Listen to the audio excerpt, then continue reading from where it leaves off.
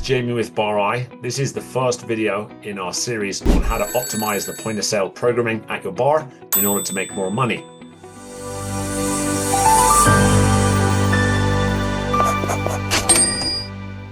This video is intended for anyone who has a bar, whether that's a bar in a restaurant or a nightclub, private members club, you name it, and either it has an existing point of sale system that probably has some holes and that could be updated, or someone that is about to implement a new point of sale system, whether they are switching brands or turning on a point of sale at a new business.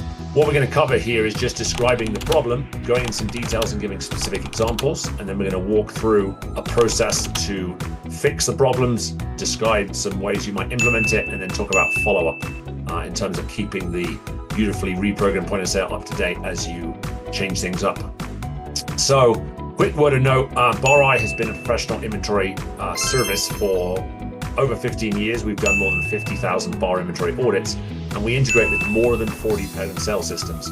So we have a pretty good depth of understanding about the different foibles and peculiarities. And the good news here is that this video, and in general, these techniques are relevant regardless of your brand of point of sale.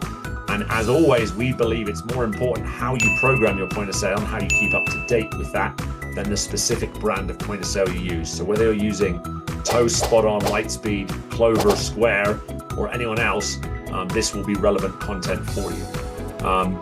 So what is the point of having a point of sale? Apart from obvious operational efficiencies, honestly, the main point, right, is to charge your customers appropriately.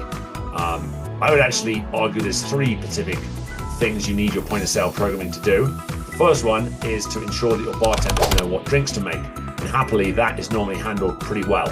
The second aim, as I said, is to charge your customers correctly, and that is normally done correctly and well in the majority of cases, but in a minority of cases where it's not true, you end up leaving money on the table, which is a bad mistake to make in our fine margin business that is the bar business.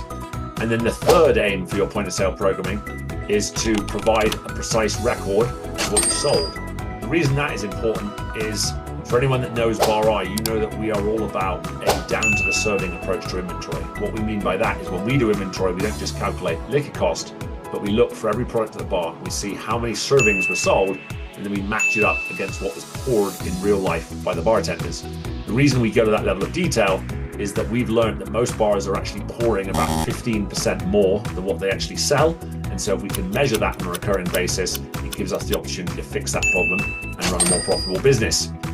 In terms of the cause and why you're going to have these problems, really it's twofold. Most bars have had a string of managers in the past, so lots of different people had their hands into the point of sale system with varying degrees of expertise and different ideas about how it should be done. And so normally most bars have a programming that's kind of evolved over time, and there's no one's taken a step back and thought about what would make most sense. And then the second one, honestly, is good old economics. And so when you sign up with your point of sale company, normally they are going to help you program the point of sale, but they're going to want to do it relatively quickly. And so sometimes they cut a couple of corners by using things like generic modifiers. I'm going to go into that in more detail. What we're going to cover and the main hand that we're trying to help you solve with this video series. So thanks for watching, and look out for the second video where we'll go into detail and give some examples of areas where you might be leaving money on the table by not following best practices on your point of sale. Thanks for watching.